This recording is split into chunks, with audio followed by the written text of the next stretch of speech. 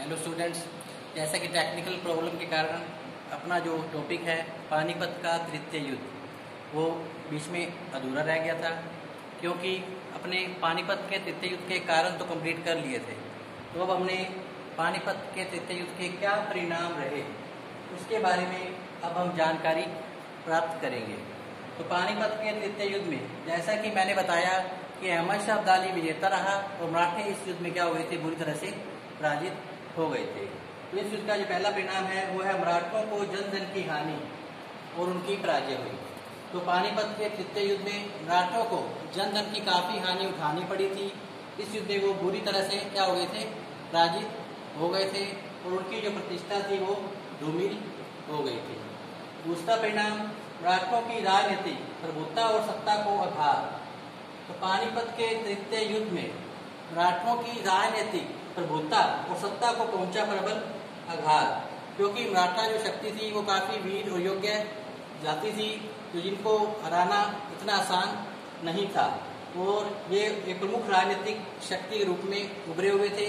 लेकिन अहमद शाह अब्दाली ने मराठों को पानीपत के तृतीय युद्ध में पराजित कर उनकी राजनीतिक प्रभुत्ता और सत्ता को क्या पहुंचाया, उसने प्रबल आघात पहुंचाया और इससे मराठा संघ क्या है, चूर चूर हो गया था।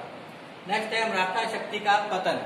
तो इस युद्ध में मराठा शक्ति का जो पतन क्या हो गया था, प्रारंभ हो गया था।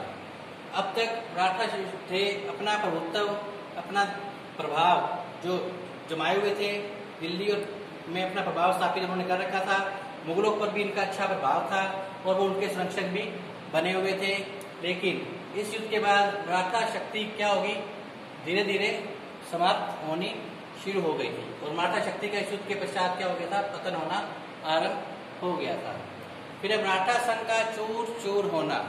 तो पानीपत के तृतीय युद्ध के पश्चात जो मराठा संघ था वो क्या हो गया, चूर चूर हो गया था। फिर नेक्स्ट है मराठा शक्ति की अजेयता संबंधी ख्याति को प्रबल आघात पहुंचना।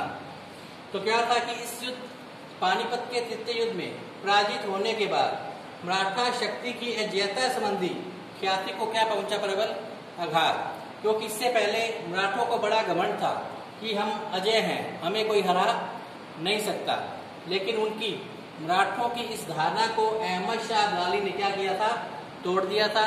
तो मराठा शक्ति को पानीपत के तृतीय युद्ध में क्या कर दिया, छिन्न भिन्न कर दिया और युद्ध में उनको बुरी तरह से क्या किया, पराजित किया।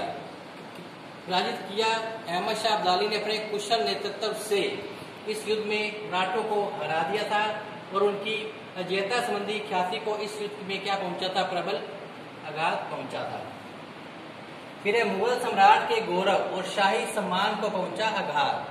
तो जैसा कि जो मराठे थे वो मुगलों के क्या बने हुए थे, मुगल साम्राज्य के संरक्षक बने हुए थे, जबकि इस युद्ध में अहमद शाह अब्दाली ने क्या किया था, मराठों को हरा दिया था।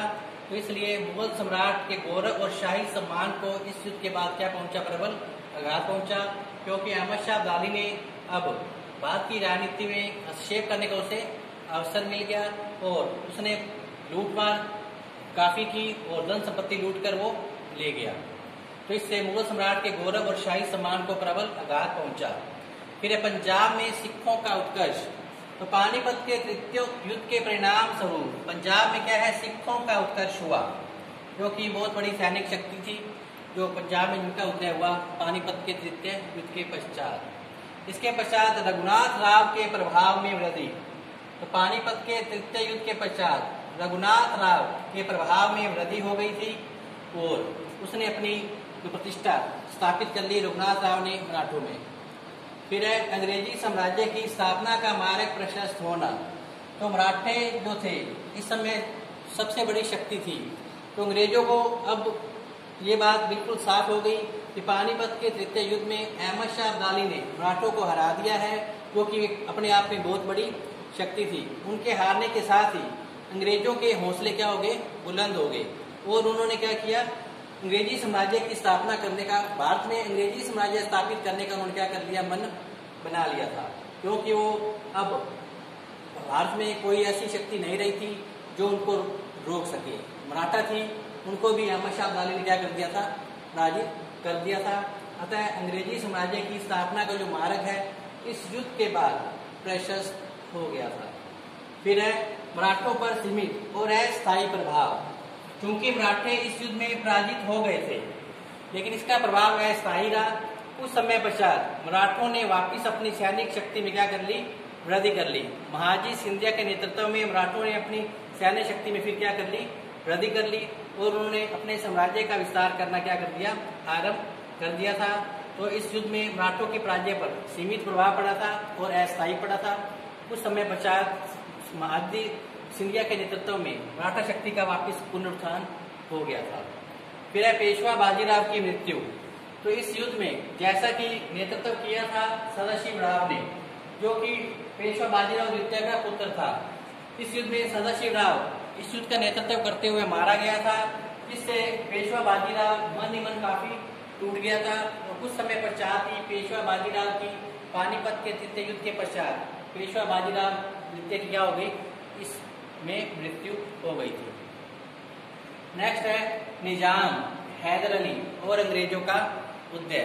तो पानीपत के तृतीय युद्ध में मराठों की पराजय के साथ ही क्या हुआ, निजाम, हैदर अली और अंग्रेजों का क्या हो गया, भारत में उदय हो गया, और इन्होंने अपना अपना साम्राज्य स्थापित करने का क्या कर लिया, निश्चय कर लिया था। तो इस प्रकार पानीपत का तृतीय युद्ध का भारतीय इतिहास में काफी महत्व है, क्योंकि इस युद्ध में अहमद शाह अब्दाली अपनी श्रेष्ठ सैन्य संचालन शक्ति से विजय प्राप्त की, और मराठे जो थे इस युद्ध में लड़ते हुए क्या हो गए थे, वीर गति को प्राप्त हो गए थे और वो पराजित हुए थे। इस युद्ध में मराठों के काफी सरदार और सैनिक शक्ति नष्ट हो गई थी। तो इस प्रकार ये जो आज का टॉपिक है पानीपत का तृतीय युद्ध, वो यहीं पर क्या होता है, समाप्त होता है। तो आप इसको अच्छे से देखें, इसको अच्छे से पढ़ें और समझें। तो इसके साथ ही आज का हमारा टॉपिक समाप्त होता है। कल हम फिर एक नए टॉपिक के साथ फिर हाजिर होंगे। तो अब आप इस टॉपिक को अच्छे से देखने के बाद नोटबुक में भी उसको उतारें, और कोई बात अगर आपको ना समझ आई हो तो कमेंट बॉक्स में आप लिखकर आप अपनी समस्या रख सकते हो। तो इसके साथ ही आप घर पर रहें, स्वस्थ रहें, पढ़ते रहें, और यही मेरी शुभकामना है आपके साथ कि आप अपने लक्ष्य को प्राप्त करें। धन्यवाद।